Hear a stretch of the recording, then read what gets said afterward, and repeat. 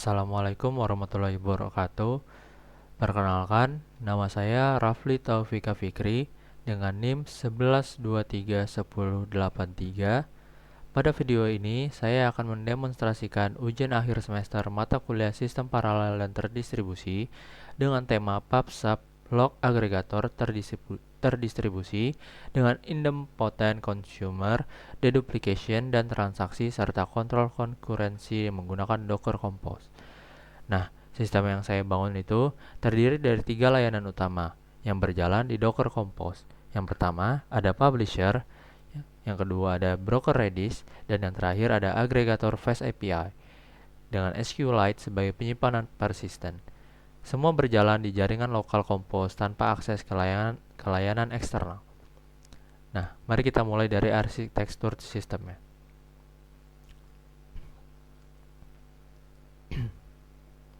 Dapat dilihat di sini,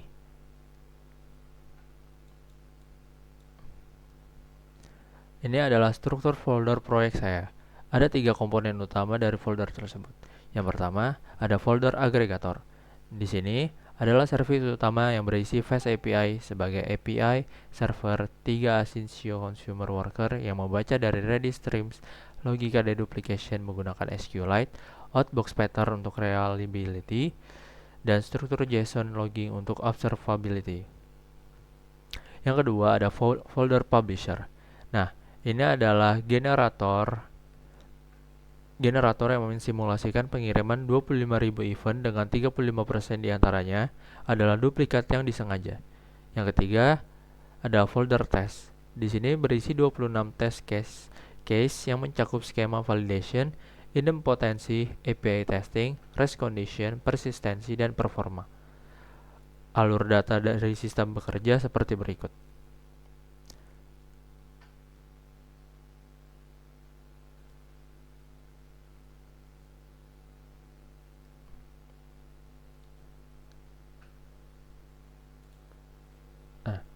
Dapat dilihat, di sini publisher mengirim event ke endpoint post atau /publish di agregator melalui XIDD. Kemudian agregator menulis event ke table outbox di SQLite secara transaksional. Kemudian outbox processor sebagai background text kemudian mempublish event ke Redis stream via XIDD. 3 consumer worker secara bersamaan membaca dari Redis menggunakan X-read group dengan consumer group bernama aggregators, lalu memproses setiap event dengan insert or ignore ke label process_event yang memiliki unique constraint pada kombinasi topik dan event_id. Pemilihan SQLite dengan wall mode bukan tanpa alasan. Hal ini dikarenakan SQLite memberikan ACID compliance penuh, unique constraint untuk dedup atomic, dan zero overhead RAM dibanding PostgreSQL yang membutuhkan kontainer tambahan sekitar 150 MB. Oke, di sini kita masuk kembali ke terminal 1 di VS Code. Nah, sekarang kita build dan jalankan seluruh sistem dari nol. Kita masukkan komen seperti berikut.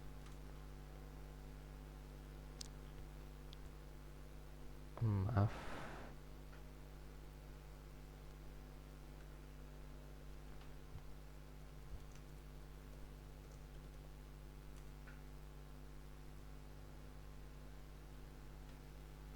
Oke, sebentar.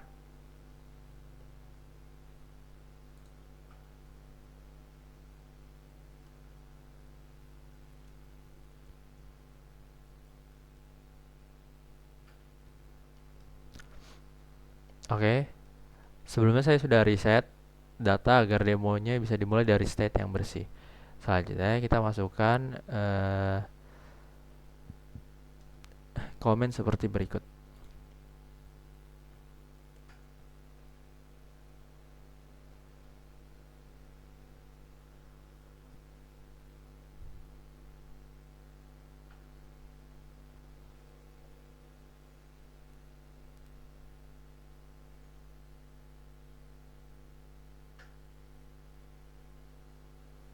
Kita tunggu sebentar.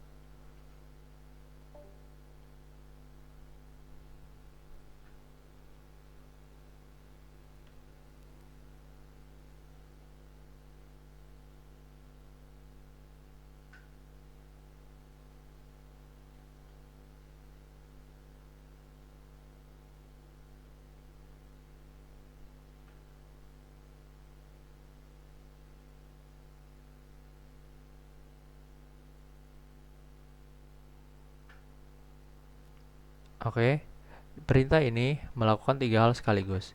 Yang pertama itu build Docker image untuk agregator dan publisher dari Docker file masing-masing.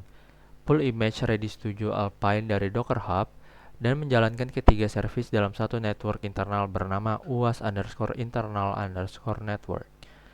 Nah, dapat lihat tadi, agregator menunggu redis healthy dulu sebelum connect. Ini dikontrol oleh depends_on condition service_healthy di docker compose .yml.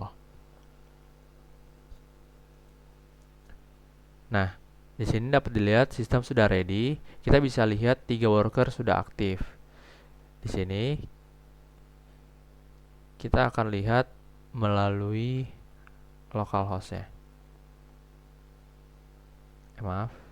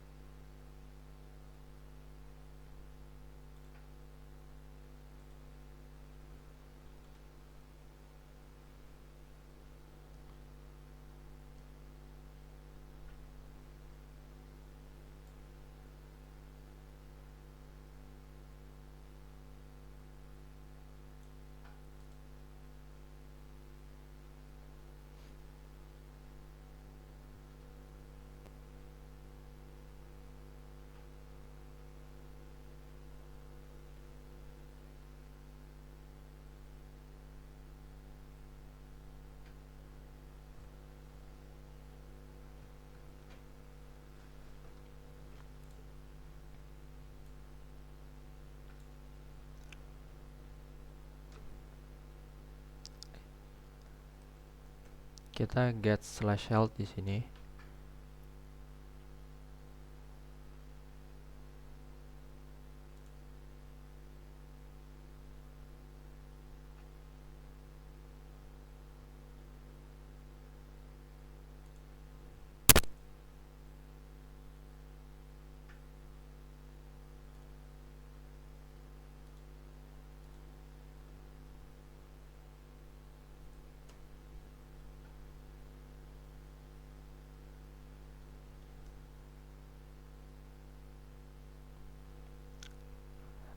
Pokoknya di get/health itu kita menunjukkan statusnya healthy, broker up, dan worker_aktif. Bernilai 3, yang artinya 3 consumer worker sudah berjalan dan siap memproses event. Nah, kalau kita lihat di bagian dokumennya, di sini, kita tunggu sebentar.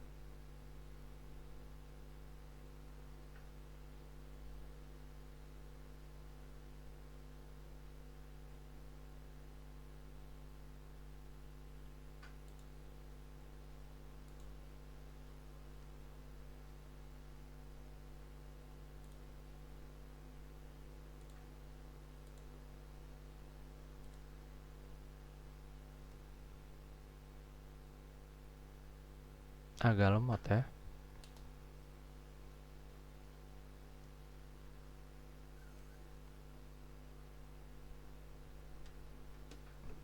Pokoknya kita skip aja. Pokoknya di docs itu, di get/docs itu, Fast API secara otomatis generate Swagger UI ini. Nah, kita bisa lihat semua endpoint yang tersedia, seperti post_publish, get_event, get_stats, dan get_health di situ. Selanjutnya, kita balik ke VS Code-nya lagi ya. Kita masuk ke terminal 2-nya sebentar.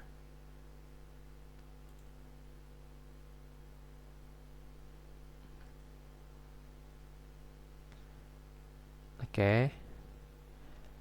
Nah, di terminal kedua ini adalah demonstrasi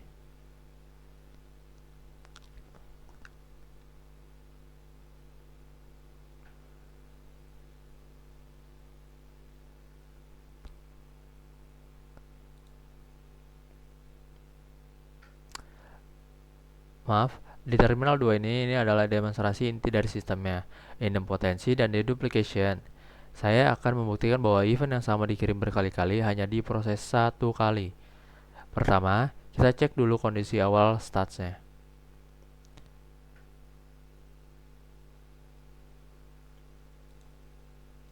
Menggunakan komen seperti berikut. Maaf.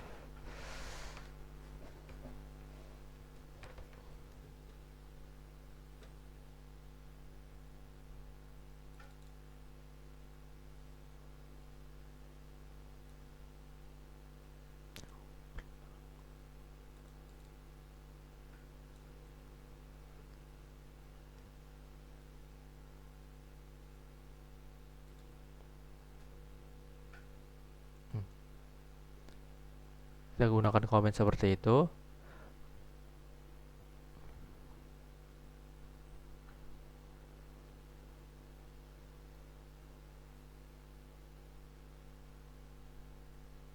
Kita tunggu sebentar karena emang agak lama ya.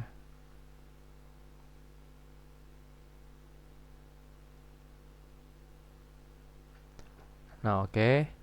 Di situ semua counternya sudah terisi.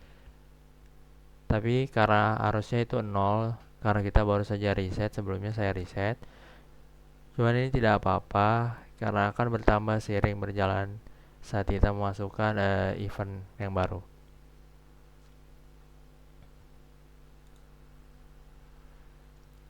Di sini saya akan memasukkan salah satu eventnya.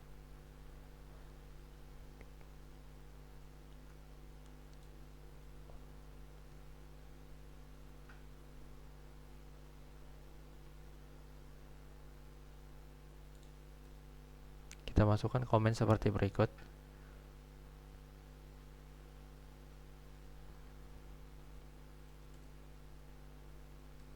Maaf.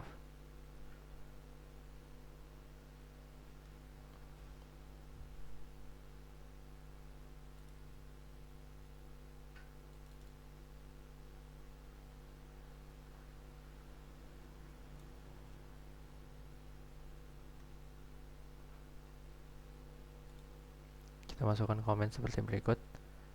Oke.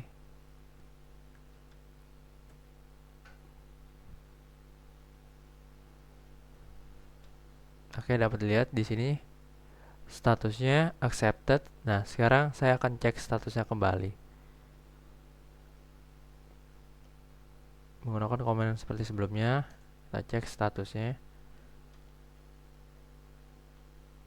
Yang sebelumnya duplicated dropnya itu 1748. Sekarang bertambah menjadi sekian. Jadi 2568. Maaf, receive-nya bertambah 1. Ini 4650, di sini jadi 6951. Ini harusnya 1 nambah 1. Oke, di sini karena receive-nya bertambah 1, kita tunggu sebentar untuk worker memprosesnya, lalu unit proses juga akan bertambah 1. Nah, sekarang saya akan kirim event yang sama persis dengan event ID yang identik.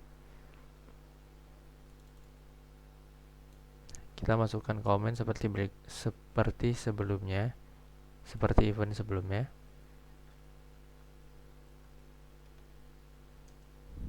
Enter.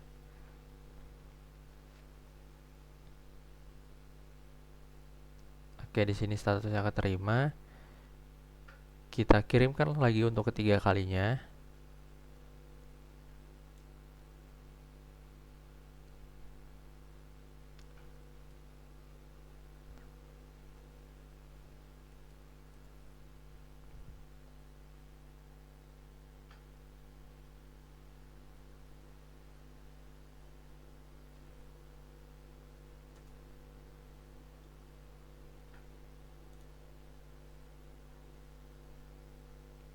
Kita tunggu sebentar ya. Oke, dapat dilihat di sini udah keterima lagi. Sekarang kita cek statusnya kembali.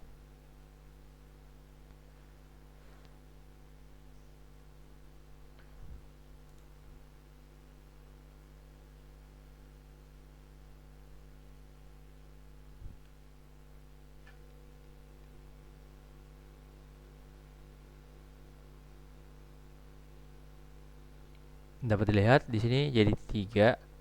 Kita abaikan aja angka receive yang 15.500 ini. Kita cukup lihat angka di terakhirnya. Yang awalnya 1 di sini jadi 3.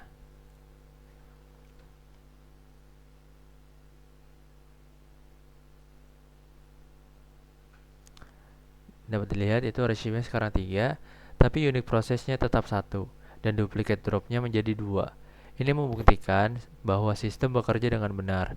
Event yang sama dikirim 3 kali tetapi hanya diproses sekali.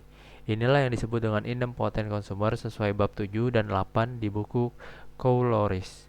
Sekarang kita cek get/events untuk memastikan hanya ada satu record di database.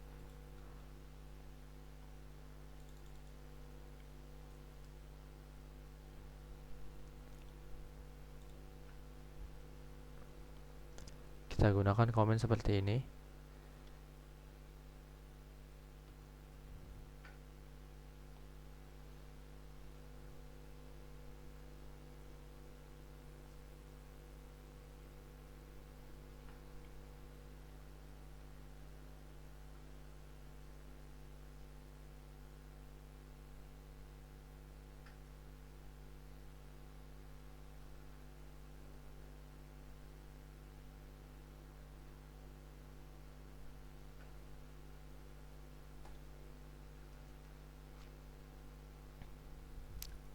Nah, harusnya di sini ada satu event dengan event underscore ID dedup test 001 dengan unique constraint di SQLite berhasil mencegah duplikasi data.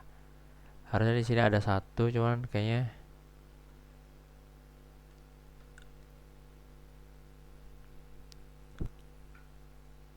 nggak kelihatan ya di sini.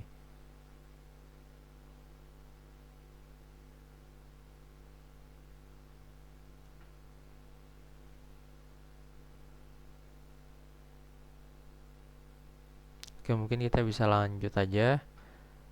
Di sini kita masuk ke terminal selanjutnya. Oke, sekarang di sini saya akan mendemonstrasikan kontrol konkurensi. Ini adalah bagian yang paling penting dari rubrik penilaian dengan nilai 16 poin itu. Strategi yang saya gunakan adalah begin immediate transaction di SQLite while mode. Ketika 3 worker mencoba memproses event yang sama secara bersamaan, SQLite menjamin hanya satu yang berhasil insert, sisanya mendapat duplicate drop tanpa error. Mari kita buktikan dengan tes T11 ya.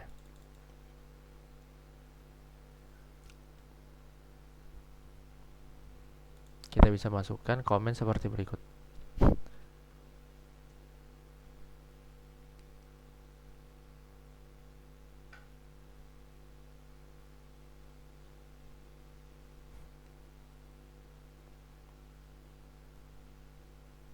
Nah, tes ini menjalankan 3 asyncio task secara bersama dengan event yang identik dan membuktikan hasilnya adalah tepat satu proses dan 2 duplicated drop, zero double processing.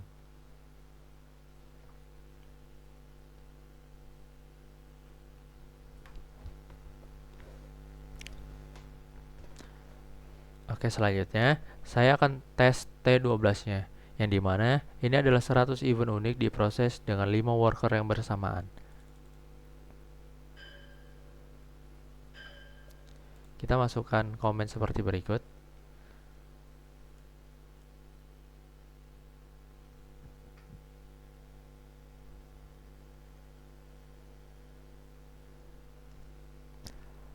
Dan kita masukkan tes T13 yang dimana ini adalah skenario ekstrim dengan 10 worker event yang sama.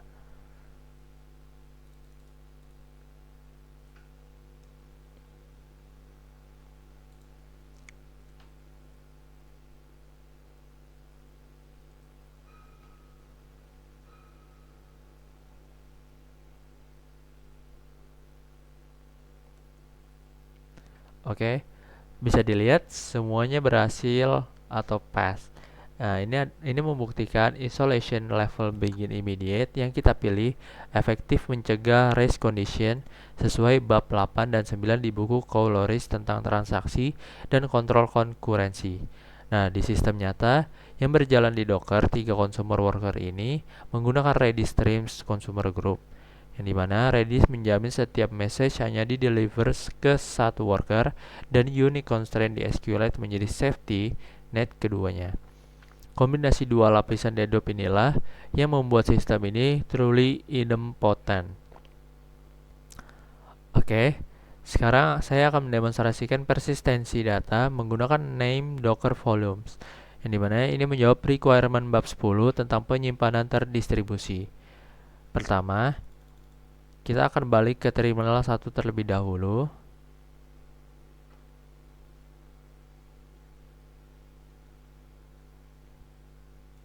Maaf, kita balik ke terminal 2 terlebih dahulu. Kemudian kita lihat statusnya sekarang.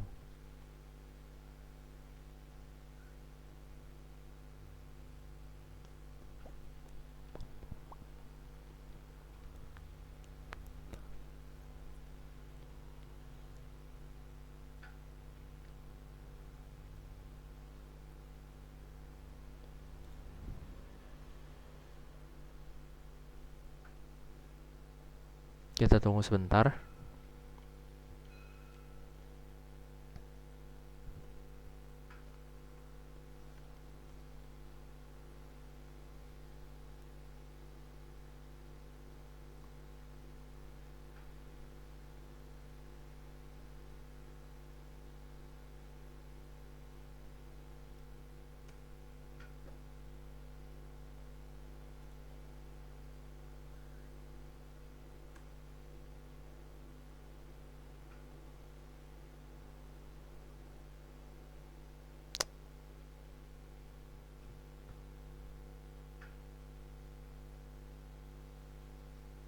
Agak lama ya. Coba kita ke bikin terminal baru aja.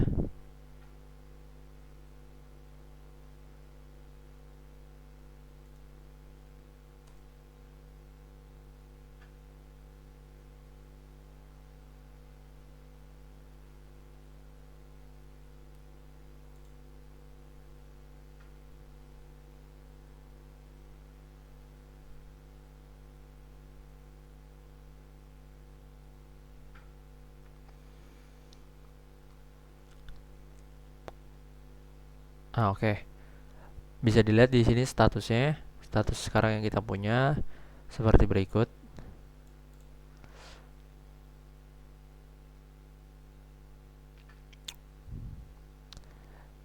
Dan sekarang saya akan mematikan seluruh sistemnya tanpa hapus volume. Oke. Dengan cara kita melakukan docker compose down.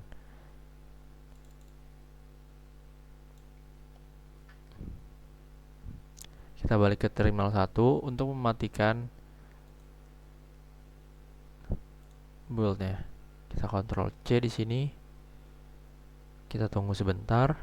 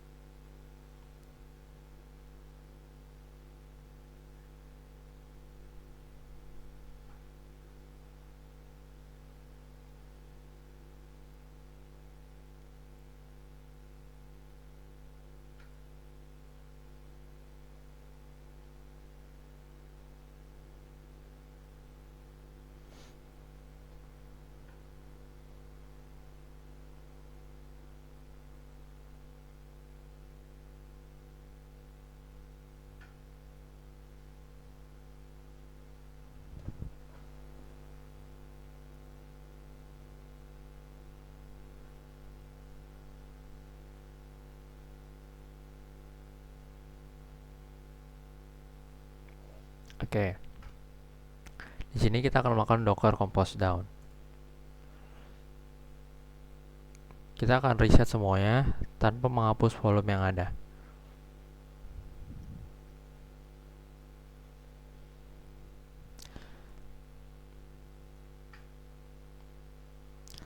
Oke, dapat dilihat kontainernya sudah berhenti.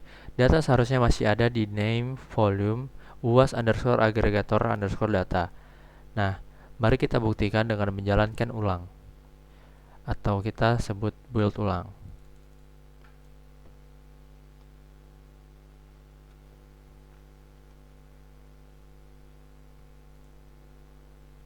Harusnya data yang ada di sini yang tersimpan di volume akan masih ada setelah kita build ulang dengan komen berikut. Kita tunggu sebentar.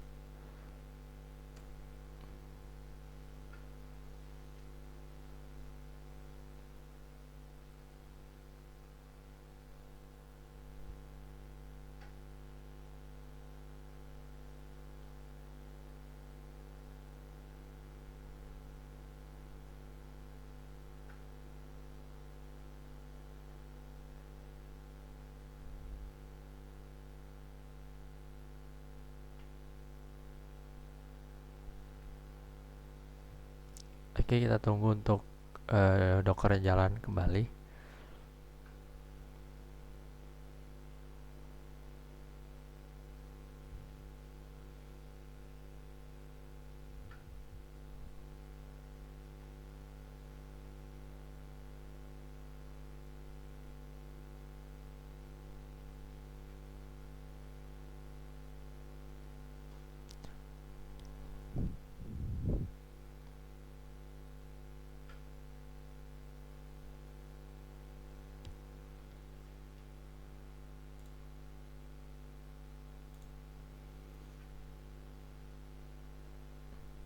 Oke, karena sistemnya sudah kita build lagi, sekarang kita cek statusnya kembali. Seharusnya angka dari statusnya itu masih sama seperti sebelumnya. Kita cek. Kalaupun berbeda, mereka hanya berbeda beberapa saja. Kita tunggu sebentar. Oke, dapat dilihat angkanya masih sama, 25.103, 9.128, dan 8.977. Untuk reshift dan duplicate dropnya itu masih sama ya. Dan datanya masih ada. Nah, dengan angka yang sama dengan sebelum kontainer dimatikan, ini membuktikan data persisten di volume. Bukti terkuat, kali ini saya akan kirim ulang event yang sama sebelumnya yang sudah ada.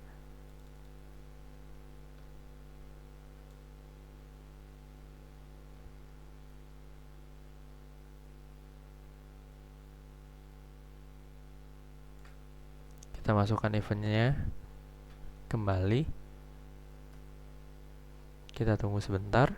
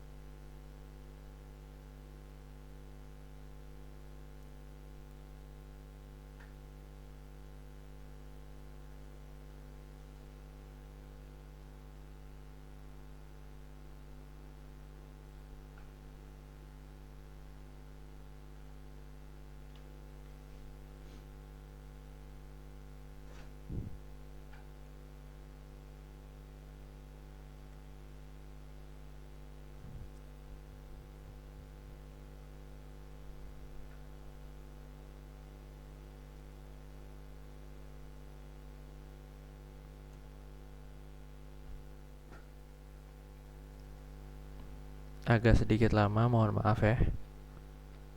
Oke.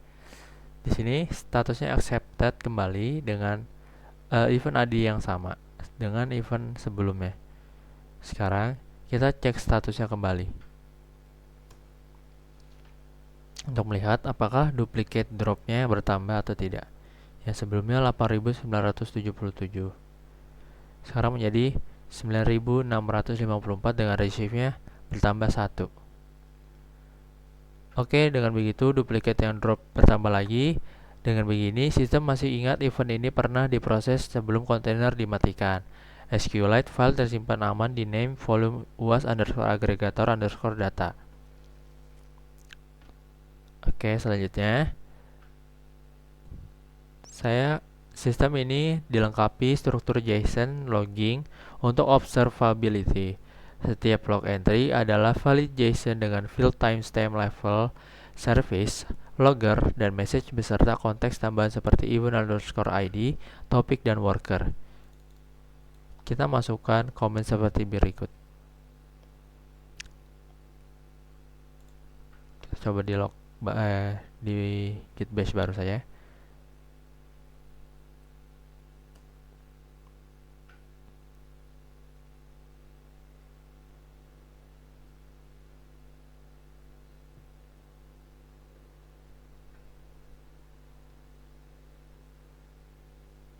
Kita tunggu sebentar.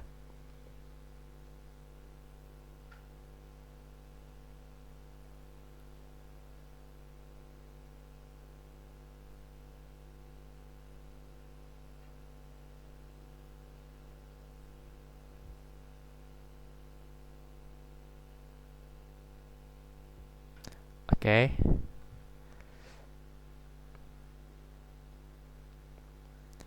Nah, di sini kita bisa lihat log dari ketiga worker secara bersamaan. Worker 0, worker 1, dan worker 2. Nah, dengan informasi proses atau duplicate underscore drop untuk setiap eventnya. Selanjutnya kita akan get slash health untuk memberikan liveness dan readiness check. Kita masukkan komen seperti ini.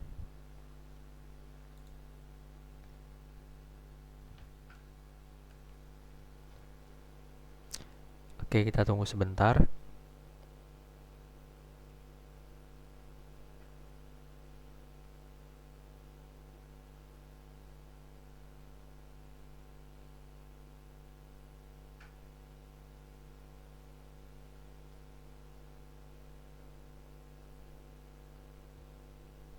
Oke, di sini bisa dilihat statusnya healthy dengan workernya 3 yang aktif. Selanjutnya kita akan get slash stats untuk memberikan metrik agregat yang diupdate secara transaksional.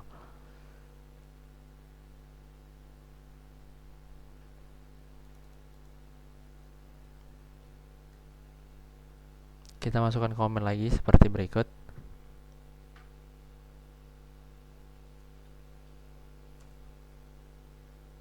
Oke, sekarang kita tunggu sebentar.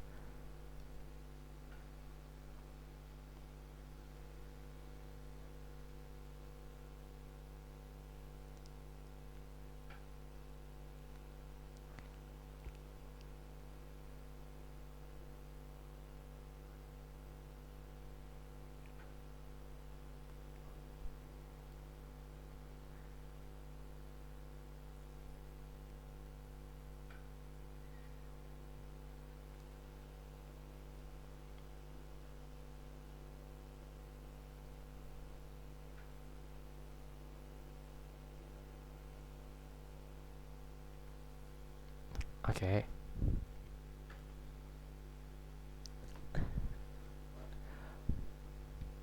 Oke, sekarang kita melanjut ke bagian keamanan jaringannya.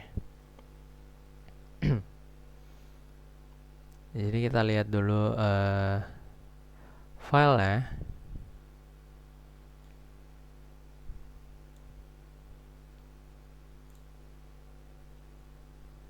Nah, sesuai dengan ketentuan UAS atau ujian akhir semester, sistem ini tidak menggunakan layanan eksternal publik.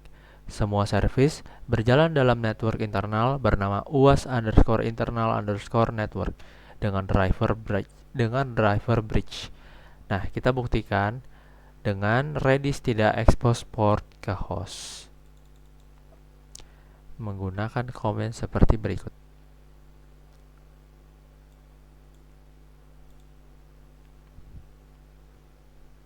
Aduh, maaf.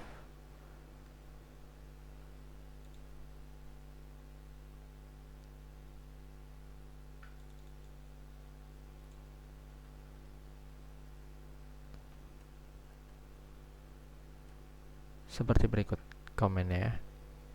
Sekarang kita tunggu sebentar.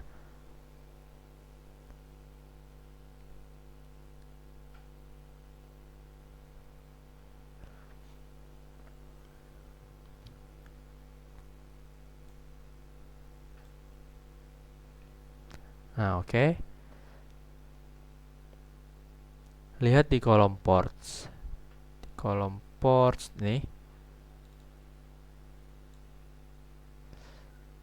Redis tidak memiliki port yang diekspos ke host. Hanya agregator yang ekspos port 8080 untuk akses demo lokal.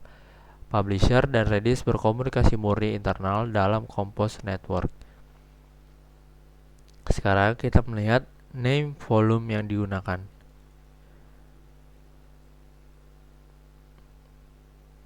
Kita menggunakan komen seperti berikut. Untuk melihat name volumenya, maaf.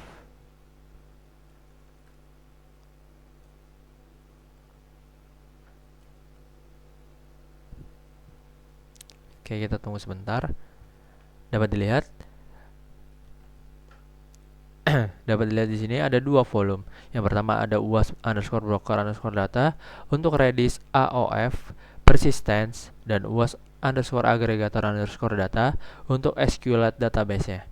Keduanya persisten dan tidak bergantung pada layanan eksternal.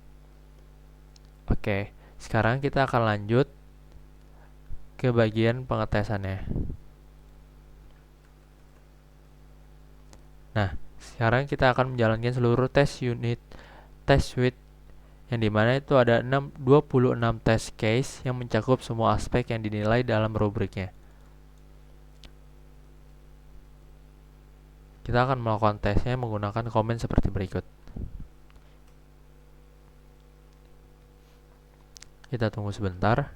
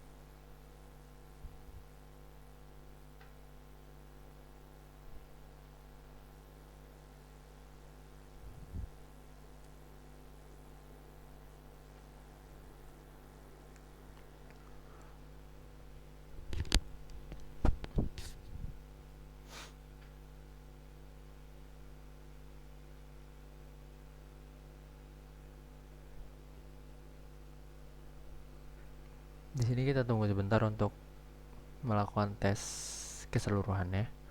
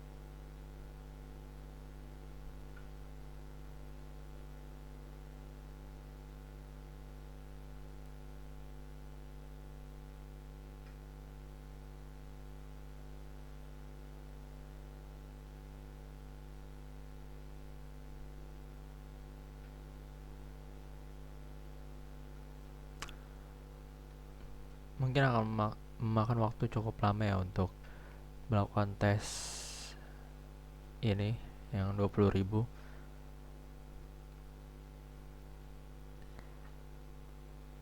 Oke, kenapa bisa failed? Itu karena dia membutuhkan waktu yang lebih lama dari yang ditentukan.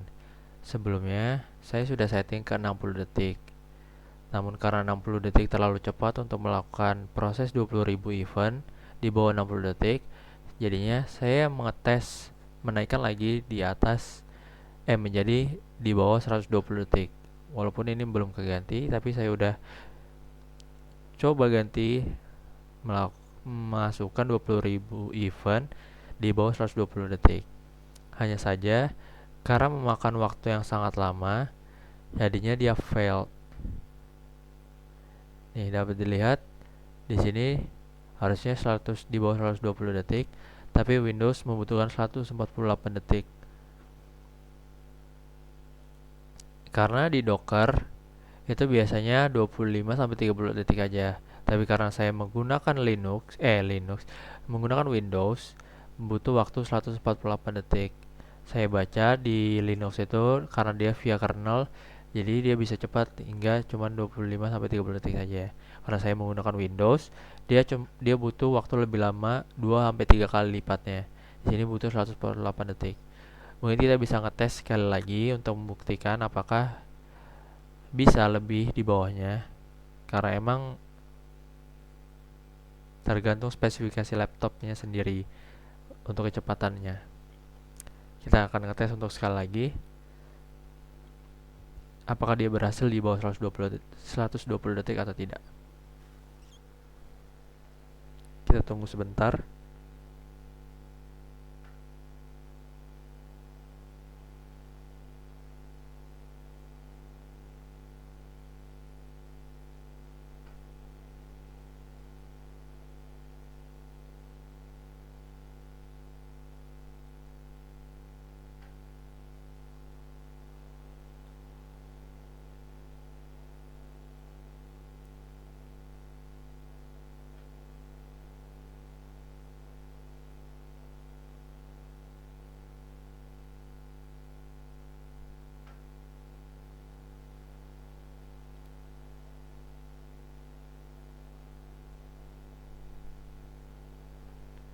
Nah, di sini kita nunggu untuk 20.000 event itu di bawah 120 detik. Apakah dia berhasil kali ini atau tidak?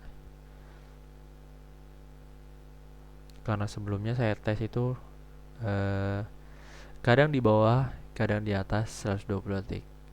Emang tergantung spesifikasi laptopnya.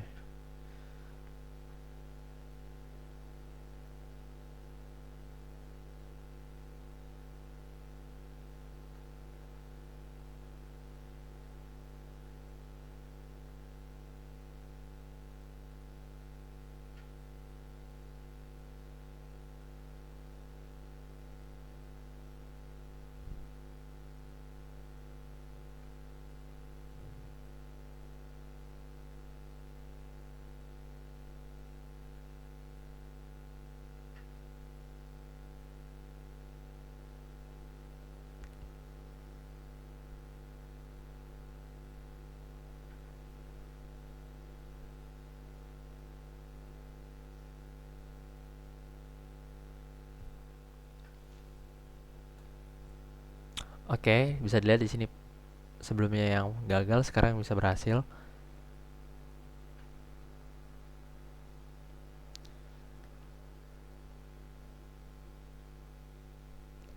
Sekarang kita tunggu untuk semuanya berhasil dulu.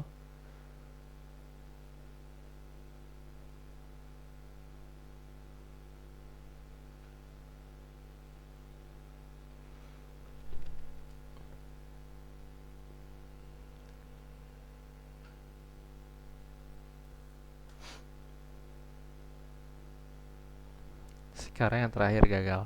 Tapi sebelumnya berhasil. Dapat dilihat di sini berhasil, sekarang gagal. Seperti yang saya bilang sebelumnya itu tergantung tergantung spesifikasi laptopnya lagi. Oke, anggap saya 26 tesnya itu tersebut sudah berhasil dengan zero fail. Sekarang saya akan jelaskan coveragenya.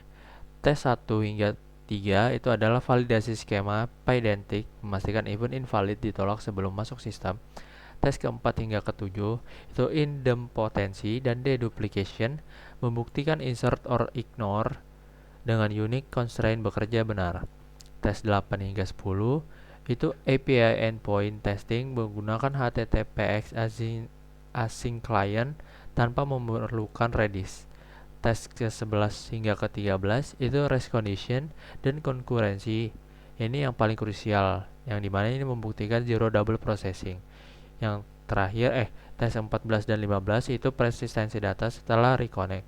Dan terakhir, tes 16 hingga 18 yaitu performa, throughput 20.000 event, dan duplicate detection accuracy, dan response time get slash status. Oke, sekarang kita masuk ke keputusan desain. Sebelum menutupnya, saya ingin merangkum keputusan desain utama saya yang saya ambil. Yang desain utama yang saya ambil. Yang pertama, itu SQLite dengan wall mode, yang dimana saya memilih SQLite bukan PostgreSQL, karena SQLite memberikan ACID compliance penuh, unique constraint untuk dedup atomic, dan zero overhead RAM. Dengan wall mode, sistem mendukung banyak pembaca bersamaan dengan satu penulis serial. Kedua, begin immediate transaction, yang dimana ini adalah isolation level yang efektif setara dengan read committed dengan serialisasi write. Ketika worker mencoba acquire write lock dan lock sedang dipegang worker lain, SQLite menunggu hingga busy underscore timeout sebelum error, dan itu tidak langsung gagal. Yang ketiga itu Redis streams dengan consumer group. Berbeda dari Redis list, stream memberikan consumer group sehingga setiap message hanya di-deliver ke satu worker, plus acknowledgement XACK untuk at least once delivery. Keempat, outbox pattern, yang dimana event pertama ditulis ke table outbox dalam transaksi yang sama dengan update stats, baru kemudian di forward ke Redis secara asing. Ini menjamin tidak ada event hilang meski Redis sementara down. Oke. Dari kombinasi keempat strategi ini menghasilkan sistem yang truly idempotent, sesuai dengan pembahasan bab 8 dan 9 dari buku Couloris tentang transaksi, ACID, dan kontrol konkurensi. Oke, demikianlah demonstrasi sistem PubSub log aggregator dari terdistribusi yang saya bangun untuk ujian akhir semester mata kuliah sistem paralel dan terdistribusi ini.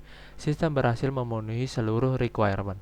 Yang pertama, ada multi-service Docker Compose dengan 3 layanan, idempotent consumer dengan unique constraint dan insert or ignore. Yang ketiga ada deduplication persistent yang bertahan setelah container restart. Yang keempat ada transaksi begin immediate yang mencegah race condition di multi-worker. Yang kelima ada at least once delivery via Redis streams dengan consumer group. Yang keenam ada outbox pattern untuk reliability. Yang ketujuh ada 26 test case yang mencakup semua aspek sistem. Yang kedelapan dan terakhir itu struktur JSON logging untuk observability. Untuk referensi utama yang saya pakai itu dari buku Couloris, Dollimore, Kinbert, dan Blair, Distributed System Concept dan Desain edisi kelima tahun 2012, Edison Wesley. Terima kasih telah menyaksikan demo ini. Sekian dari saya. Wassalamualaikum warahmatullahi wabarakatuh.